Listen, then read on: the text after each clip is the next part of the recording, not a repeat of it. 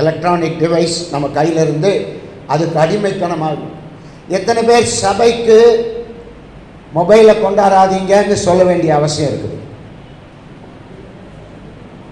இருங்க, முதல்ல நான் வரேன். சபைக்கு மொபைலை கொண்டாடாதீங்க, சபையில் மொபைலை வேற காரியங்களுக்கு பார்க்காம இருங்க அப்படின்னு எத்தனை பேருக்கு சொல்ல வேண்டியிருக்கு?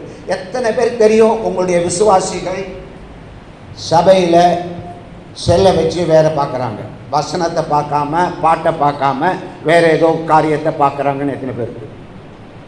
அப்போ சபை உலகத்தில் வந்தது மட்டும் இல்லை, சபையில் உலகம் என்ன செய்யுது?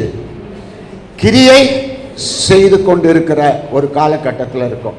அப்போ இப்போ நாம் அதுக்காக கேள்வி கேட்டால் நாம் என்ன செய்யலாம்? இதை குறித்து நம்ம எல்லாத்துக்கும் இதை குறித்து ஒரு அக்கறை இருக்குது, இதை குறித்து ஒரு மனசில் ஒரு சிந்தனை இருக்குது, இது எங்கே போய் முடியுமோன்னு ஒரு எண்ணம் இருக்குது. இதை என்ன செய்யலாம்? எப்படி இந்த ஒரு நிர்விசாரமான ஒரு மந்த நிலைமையை நாம் என்ன ஹவு டு ஹேண்டில் இட்? இதை அப்படியே விட்டுடலாமா, இல்லாட்டி இதுக்கு என்ன செய்யலாம்? ஒரு தனிப்பட்ட மனிதராக, ஒரு ஆவிக்குரிய பொறுப்புள்ள ஒரு பாஸ்டராகவோ பாஸ்டர் அம்மாவாகவோ ஒரு ஊழியக்காரனாகவோ என்னுடைய மேற்பார்வையில் இருக்கிற என்னுடைய விசுவாசிகள் வாழ்க்கையில் எங்கள் சபையில் இருக்கிற இந்த காரியங்களை நான் எப்படி நிவர்த்தி செய்ய வேண்டுமா வேண்டாமா? நிவர்த்தி செய்யாவிட்டால் என்ன நடக்கும்? அது என்ன மேற்கொள்ளும்? என் சூழ்நிலை எப்படி அது என்னுடைய விசுவாசிகளை மேற்கொள்ளிச்சோ அது என்ன செஞ்சிடும்?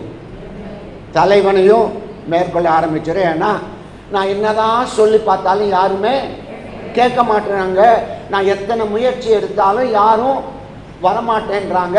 ஆகவே நானே என்ன செஞ்சிருவேன்? மந்த நிலைக்கு போயிடுவேன். என்ன சொன்னாலும் கேட்க மாட்டேங்கிறாங்க. நான் என்ன செஞ்சுட்டு இருப்பேன்? 4 பேரோட ஜெபிச்சுட்டு இருப்பேன், பரவாயில்ல அதோட போதும் அப்படின்னு நான் என்ன ஒரு ஆக்டிவ் ஸ்டேஜ்லேருந்து இன்ஆக்டிவ் ஸ்டேஜுக்கு என்னையே நான் என்ன செஞ்சுக்கிறேன்? பண்ணிக்கிறேன். நான் தான் சொல்யூஷனாக இருக்கணும்.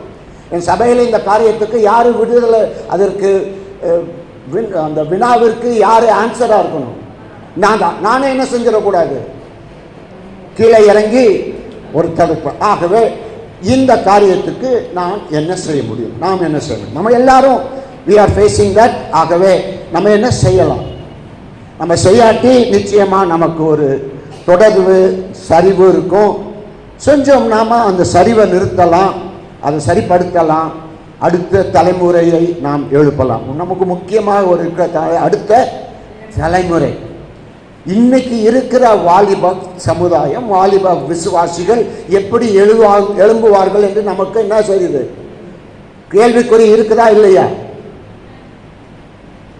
நம்ம சபையில் உள்ள இளம் தலைமுறை எப்படி எழும்புவார்கள்? உங்களுக்குள்ளாரே ஒரு பயமோ ஒரு என்ன செய்வோம், நம்ம இப்படி என்ன ஆகும் அப்படின்ற ஒரு சின்ன ஒரு தயக்கமோ ஒரு பயமோ இருக்குதா இல்லையா? அப்போ இதெல்லாம் சரி பண்ணணும்னு நம்ம என்ன செய்யும்? I must be the solution. நான் தான் தலைவன். கர்த்தர் என்னை தான் சபைக்கு தலைமையாக வச்சிருக்கிறாரு. ஆகவே இதற்கு முடிவு எங்கேருந்து வரணும்? சொல்லுங்க. நம்மகிட்ட இருந்து தான். ஒருவேளை நான் இன்னொரு பாஸ்டர் ஒரு நாள்